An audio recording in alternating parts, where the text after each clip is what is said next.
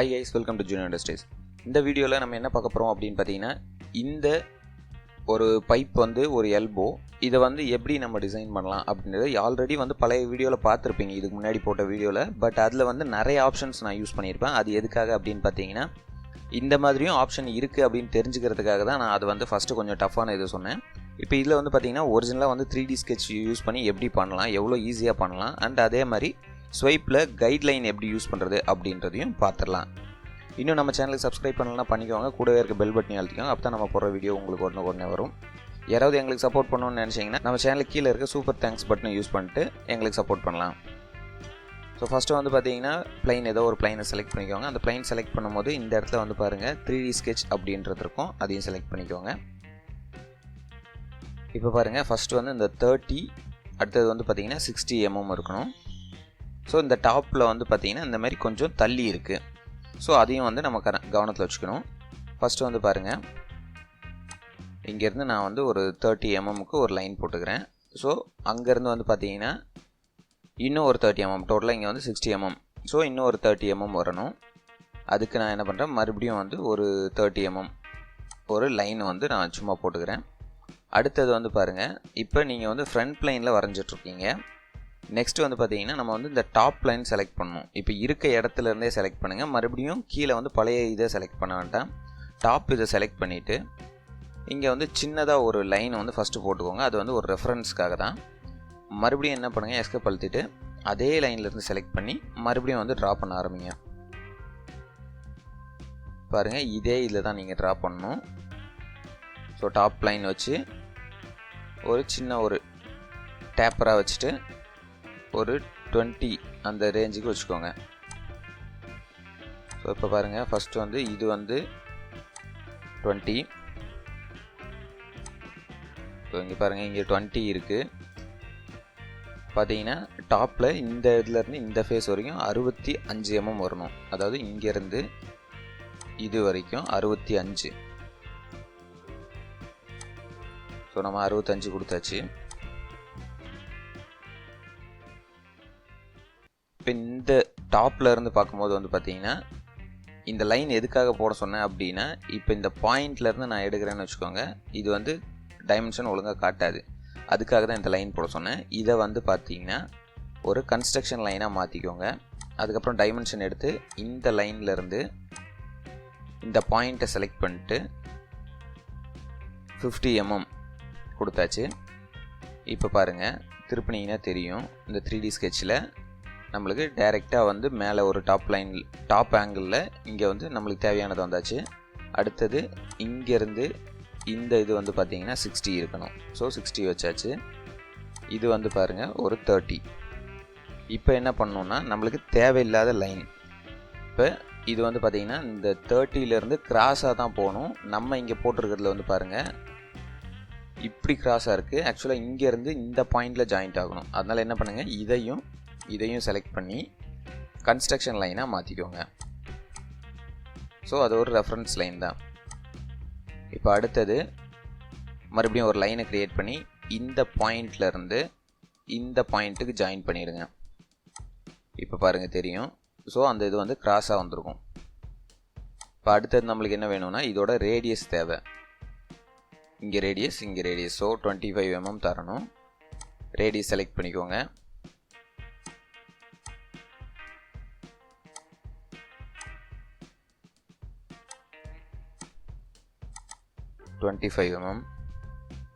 அதே மாதிரி இன்னொரு ரேடியஸ் எடுத்து இந்த லைன் ரெண்டு செலக்ட் பண்ணிங்கன்னா 25 ரேடியஸ் வந்துடும்.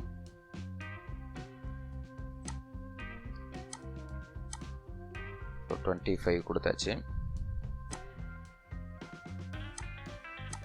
இப்போ வந்து பார்த்தீங்கன்னா ஃபினிஷ் ஸ்கெட்ச் கொடுத்துருங்க. இப்போ நம்ம வந்து பார்த்தீங்கன்னா இதில் இந்த சர்க்கிளை வந்து போடணும். இப்போ ஸ்வைப் நம்ம யூஸ் பண்ணுறதுக்கு அதுக்கு என்ன பண்ணணும் அப்படின்னா, கரெக்டாக இந்த லைனோட பாயிண்ட் இருக்குது பாருங்கள், இதில் வந்து கரெக்டாக வந்து அதுக்கு பெர்பெண்டிகுலராக இருக்கணும். இந்த லைன் இருக்குது அப்படின்னா அதுக்கு 90 டிகிரியில் உங்களுக்கு ஃபேஸ் இந்த இதில் வந்து லைன் ஒரு பிளைன் வந்து இருக்கணும். அப்போ தான் அதில் வந்து நீங்கள் க்ரியேட் பண்ணும்போது கரெக்டாக வரும். இப்போ பாருங்கள், இந்த ஸ்டார்டிங் பாயிண்டில் இங்கே வந்து எனக்கு டாப் வியூ இருக்குது, இந்த டாப் பிளான் இருக்குது. ஸோ அதை நான் செலக்ட் பண்ணி அதிலேருந்து நான் ட்ரா பண்ணிக்க முடியும். இப்போ 3D ஸ்கெட்ச் இருக்கிறதுனால அது வந்து கேட்குது. நான் இந்த 3D ஸ்கெட்சை எடுத்து விட்டுட்டேன் அப்படின்னா நமக்கு இங்கே வந்து நார்மலாக வந்து பிளைன் வந்துடும். ஸோ இங்கே வந்து பாருங்கள் 15 டயாமீட்டர் இருக்குது. ஸோ 15 டயாமீட்டர் கொடுத்தாச்சு. திக்னஸ் தராததுனால நான் வந்து 1 mm ஆஃப்செட் பண்ணிக்கிறேன். சாலிட் போயிட்டு ஸ்வீப் போங்க, இந்த பேத் செலக்ட் பண்ணிக்கோங்க, சாரி ப்ரொஃபைல் செலக்ட் பண்ணிக்கோங்க. அதுக்கு அடுத்தது இந்த பேத் செலக்ட் பண்ணி இதை கொடுத்தீங்க அப்படின்னா இங்கே வந்துடும். இப்போ நம்மளுக்கு தேவையான இந்த பைப் லைன் கிடச்சாச்சு. நெக்ஸ்ட்டு இது செலக்ட் பண்ணுங்கள். இந்த ஃபேஸ் செலக்ட் பண்ணிட்டு சென்டரில் வச்சு ஒரு சர்க்கிள் போட்டுக்கோங்க. இந்த ஃப்ளாஞ்ச் போட போகிறோம். ஃப்ளாஞ்ச் வந்து பார்த்திங்கன்னா 30 டயாமீட்ரு. அதே மாதிரி இந்த ஹோல்ஸ் எவ்வளோ டிஸ்டன்ஸில் இருக்குன்னா 12.5. ஸோ 30 கொடுத்துட்டேன். அடுத்தது ஒரு சர்க்கிள் இந்த சென்டர், இந்த பாயிண்ட்லேருந்து சென்டர் வர மாதிரி எடுத்துக்கோங்க. அப்போ தான் உங்களுக்கு வரையறதுக்கு கொஞ்சம் ஈஸியாக இருக்கும். 12.5. இதோட சைஸ் வந்து பார்த்தீங்கன்னா 2 mm. So 2 mm. கவுண்ட் வந்து பாருங்கள் 12 வரணும். சர்க்குலர் பேட்டர்ன் போகிறேன். ஆப்ஜெக்ட் செலக்ட் பண்ணிக்கோங்க. அடுத்தது சென்டர் பாயிண்ட் செலக்ட் பண்ணிக்கோங்க. கவுண்ட் எவ்வளோ அப்படின்றது கொடுங்க. 12.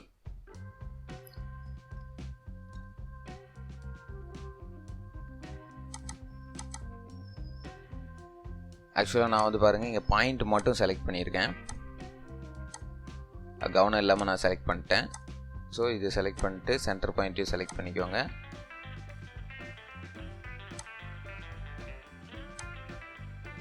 எக்ஸ்ட்ரூட் கொடுங்க. ஸோ இந்த ப்ரொஃபைல் தான் நம்மளுக்கு வேணும். அப்படியே ரிட்டர்னில் எடுங்க.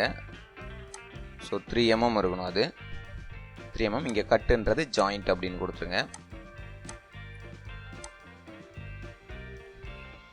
பார்த்தீங்கன்னா நம்மளுக்கு தேவையான இந்த இது வந்தாச்சு. இங்கேயும் அதே மாதிரி க்ரியேட் பண்ணணும். இப்போது அங்கே க்ரியேட் பண்ணுறது நான் வந்து அதை தான் க்ரியேட் பண்ணணுமா, ஏன் வந்து வேறு மெத்தட் இல்லையா அப்படின்னு கேட்டிங்கன்னா அதுக்கும் ஆப்ஷன் இருக்குது.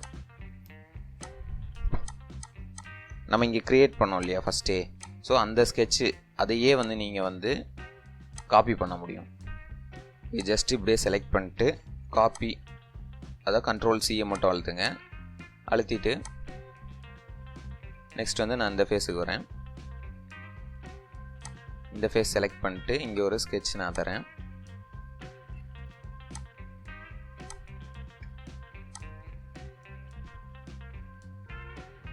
மூவ் டைப் வந்து பார்த்தீங்கன்னா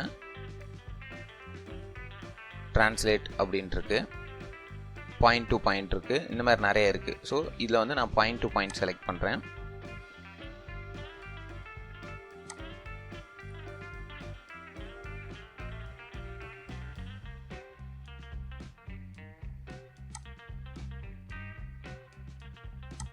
அதாவது இந்த பாயிண்ட்டு எனக்கு ட்ராவல் பண்ணக்கூடிய பாயிண்ட், டார்கெட் பாயிண்ட் இது.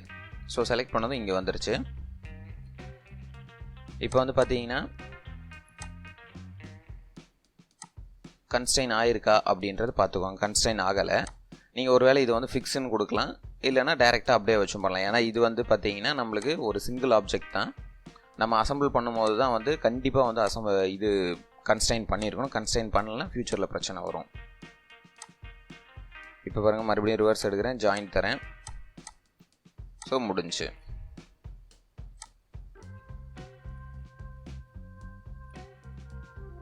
ஸோ இது வந்து பார்த்தீங்கன்னா நான் ஃபஸ்ட்டு இதுக்கு முன்னாடி போட்ட வீடியோவில் இருந்ததுக்கும் இதுலேயும் வந்து பார்த்தீங்கன்னா ரொம்பவே டிஃப்ரெண்ட் இருக்கும். ஏன்னா நம்ம ஜாபுக்கு போகும்போது வந்து பார்த்தீங்கன்னா கண்டிப்பாக இந்த மாதிரி ஸ்பீடப் பண்ணால் மட்டும்தான் வந்து நம்மளுக்கு அங்கே ஒரு வேல்யூ இருக்கும். ஸோ ஓகே கைஸ், அடுத்தது வந்து பார்த்தீங்கன்னா நம்ம இதை பார்க்கலாம். ஸ்வீப்லேயே வந்து கைடு எப்படி தரது அப்படின்றது பார்க்கலாம்.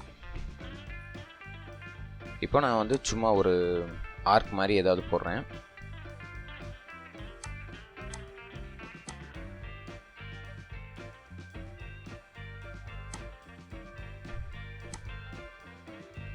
ஒரு ஆர்க் போட்டிருக்கேன். ஸோ ஃபினிஷ் கொடுக்குறேன். நல்லா பார்த்துக்கோங்க, அதாவது ஒரு பிளைனில் வந்து பார்த்தீங்கன்னா ட்ராவல் பண்ணும். இந்த பேத்தில் கரெக்டாக வந்து இதுக்கு இந்த பேரலல், அதாவது இந்த லைனில் நம்ம போடக்கூடிய அந்த ஸ்வீப் ப்ரொஃபைலுக்கு வந்து எந்த மாதிரி பிளைன் வரணும்னா கரெக்டாக அந்த லைனில் வந்து டச் ஆகி போகணும். இப்போ பார்த்துக்கோங்க, பிளைன் த்ரோ எட்ஜஸ் இது எல்லாமே வந்து ஒவ்வொரு ஆப்ஷன். இங்கே பாருங்கள், பிளைன் அலாங் பேத் அப்படின்ட்டுருக்கு. இந்த இதை செலக்ட் பண்ணிக்கோங்க, கொஞ்சம் லைட்டாக ரொட்டேட் பண்ணிக்கோங்க. பேத் எது அப்படின்னு பார்த்தீங்கன்னா இதுதான் பேத். ஸோ செலக்ட் பண்ணியாச்சு. இந்த பேத்தில் ட்ராவல் ஆகணும் அப்படின்றத நம்ம கொடுத்துட்டோம். இதில் இந்த ஸ்டார்டிங் பாயிண்டில் வரணும் அப்படின்றத நம்ம கொடுக்குறோம். ஓகே பண்ணிடுங்க. இப்போ இதை செலக்ட் பண்ணிட்டு கிரியேட் ஸ்கெட்ச் கொடுக்குறேன். இங்கே நான் வந்து ஒரு சர்க்கிள் சும்மா ஒரு அப்ராக்சிமேட்டாக தான் போடுறேன். ஒரு 50 வைப்போம்.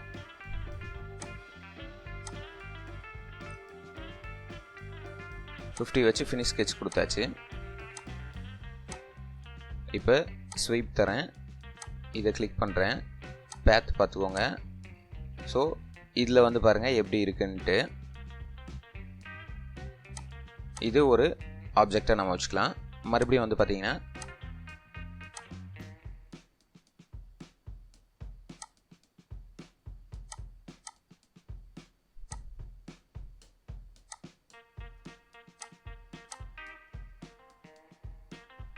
கிரியேட் ஸ்கெட்ச் கொடுக்குறேன்.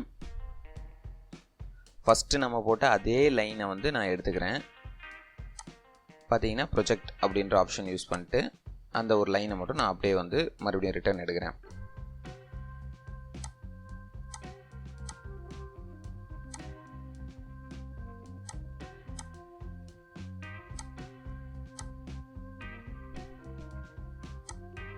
இந்த சாலிட் பீஸை வந்து நான் ஹைட் பண்ணிக்கிறேன்.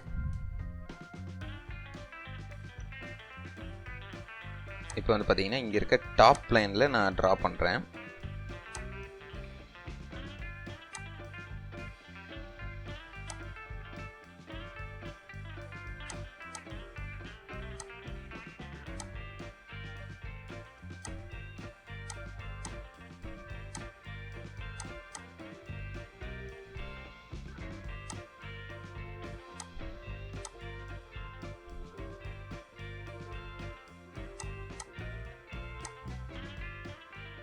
இப்போ வந்து ஸ்வீப் தரேன். ப்ரொஃபைல் இது, பேத் வந்து இது. ஸோ இப்போ பாருங்கள் டிஃப்ரெண்ட்டு தெரியுதா உங்களுக்கு? இது வந்து பார்த்தீங்கன்னா நம்ம இந்த லைனில் கரெக்டாக வந்து இதுக்கு 90 டிகிரியில் வர மாதிரி நம்ம வந்து ஒரு பிளைன் வந்து க்ரியேட் பண்ணி நம்ம போட்ட ட்ராயிங் இது. ஸோ இதோட ப்ரொஃபைல் எப்படி இருக்குன்னு பாருங்கள். கரெக்டாக அந்த பெண்டெல்லாம் கரெக்டாக வந்திருக்கும்.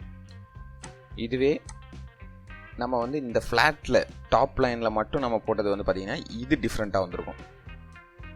ஸோ இந்த மாதிரி நம்ம வந்து ப்ரொஃபைல் க்ரியேட் பண்ணும்போது கொஞ்சம் கவனமாக இருக்கணும். இப்போது இந்த லைன் நான் ட்ரா பண்ணியிருக்கேன். இதுலேயே வந்து பார்த்திங்கன்னா எப்படி வந்து நம்ம கைடு தரது அப்படின்றத பார்க்கலாம். நான் சும்மா ஒரு லைன் மட்டும் இங்கே ஸ்ட்ரைட்டாக போட்டிருக்கேன். இப்போ நம்ம அந்த ஸ்வீப் க்ரியேட் பண்ணும்போது வரக்கூடிய ஆப்ஷனையே நான் மாற்றுறேன். இங்கே பாருங்கள், பேத் ப்ளஸ் கைட் ரயில் இதை செலக்ட் பண்ணுறேன். இப்போ பார்த்தீங்கன்னா ப்ரொஃபைல் எது? ஸோ ப்ரொஃபைல் வந்து ஆல்ரெடி செலக்ட் பண்ணியாச்சு, பேத்தும் செலக்ட் பண்ணியாச்சு. கைட் ரயில் எது? நான் வந்து இந்த லைன் தரேன். ஸோ அப்போ பார்க்கும்போது வந்து பார்த்தீங்கன்னா உங்களுக்கு மேலே வந்து நார்மலாக வரும். நார்மலாக அந்த பேத்துக்காக மேலே ட்ராவல் பண்ணும். கீழே வந்து பார்த்தீங்கன்னா இந்த கைட் லைனுக்காக வந்து ட்ராவல் பண்ணும்.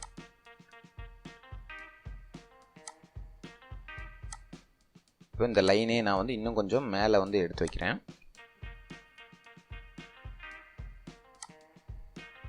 இப்போ பாருங்கள் அந்த ஷேஃபே வந்து டோட்டலாக மாறும். இந்த மாதிரி ஆப்ஜெக்ட் எல்லாம் வந்து ஒரு சில இடங்களில் தான் நம்ம யூஸ் பண்ணுவோம். அதுவும் ஸ்வைப்போட லாஃப்ட் இந்த மாதிரி வேறு கமெண்ட்ஸ் வந்து யூஸ் பண்ணிட்டு போயிடுவோம் அதுக்கெல்லாம் வந்து.